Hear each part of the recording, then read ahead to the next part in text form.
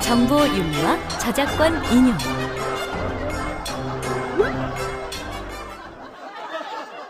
지금 이 친구가 무슨 행동을 하고 있는 걸까요? 도서관 에티켓에도 어긋나지만 더 중요한 건 이렇게 책의 내용을 마음대로 마구 찍는 것이 저작권법을 위반하는 행동이란 것이에요. 우리가 지어내는 모든 작품들에는 다른 사람이 마음대로 가져다 쓸 수 없도록 창작자에게 권리를 인정해주고 있는데요. 그걸 바로 저작권법이라고 합니다. 저작권법은 사람들이 자신의 생각이나 감정을 표현한 작품을 다른 사람들이 이용할 경우에 발생하는 이익에 대하여 보호를 받기 위해 만들어졌어요. 이러한 작품들을 통틀어서 저작물이라고 하죠. 저작물의 종류는 크게 다음과 같이 나눌 수 있어요. 소설이나 논문, 각본 같은 글로 된 어문 저작물, 음악 저작물, 무대에서 하는 연극 저작물, 미술 저작물, 사진도 물론이고 건축물도 저작물이죠. 그 건축물을 만드는 설계도와 같은 도형 저작물도 있고 그 외에 저작물의 요건을 갖춘 모든 창작물은 저작권이 있어요. 그렇다고 모든 것에 저작권이 있는 건 아니에요.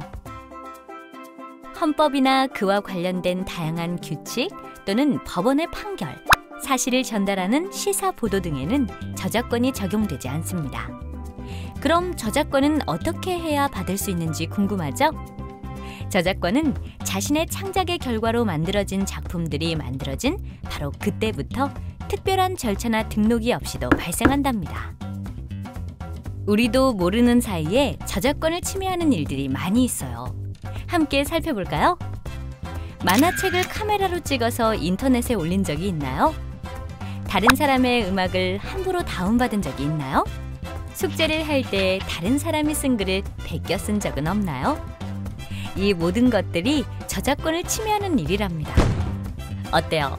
여러분도 일상생활 속에서 저작권을 지키지 못한 일들이 정말 많았죠? 그런 것들이 보호받는 저작물인지 몰랐다고요? 모르고 했지만 잘못을 알고 난 이후부터 같은 행동을 중단했다면 처벌을 받지 않으니 다시는 그런 행동은 하지 않기로 약속해요. 자, 그럼 저작권법을 어기지 않으려면 어떻게 해야 하는지 알려줄게요. 먼저 출처를 분명히 밝히거나 허락을 받으면 돼요. 그리고 소프트웨어나 프로그램은 정품을 사용해야 합니다.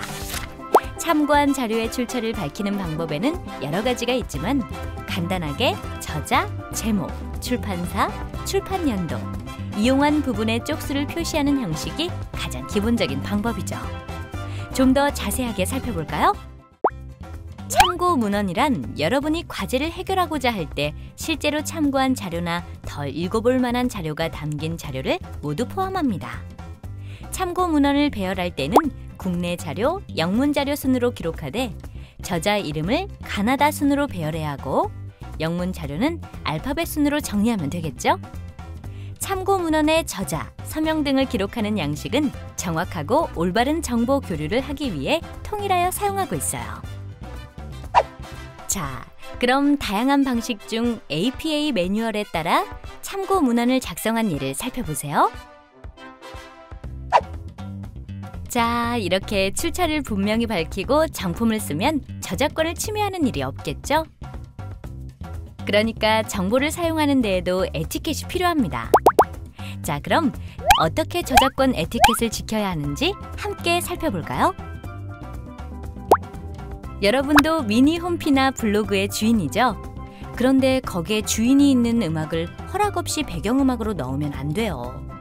그리고 인터넷에 있는 자료를 출처도 밝히지 않은 채 그대로 올린다거나 복사하여 보고서 등을 작성하면 그것도 저작권법을 어기는 거랍니다. 자료는 참고만 하고 그 자료를 바탕으로 여러분이 새롭게 만들어야 해요. 보고서에 사진 등을 함부로 가져다 사용해도 저작권법을 어기는 거라는 거 잊지 마세요. 게임 CD 정품은 게임 프로그래머들이 만들어낸 가치 있는 정보를 정식으로 허가한 제품이에요. 그러니까 다른 사람이 저작권을 가지고 있는 게임 파일을 인터넷에 올려 여러 사람과 공유하는 저작권 침해 행동은 하지 말아야겠죠? 자, 그럼 공공장소에서는 어떨까요? 소설책이나 만화책 등을 디지털 카메라로 찍거나 스캔한 것을 함부로 웹상에 올리면 안 돼요. 자, 여러분도 앞으로 가정과 학교, 공공장소에서의 저작권 에티켓을 잘 지키는 지성인이 되어보세요.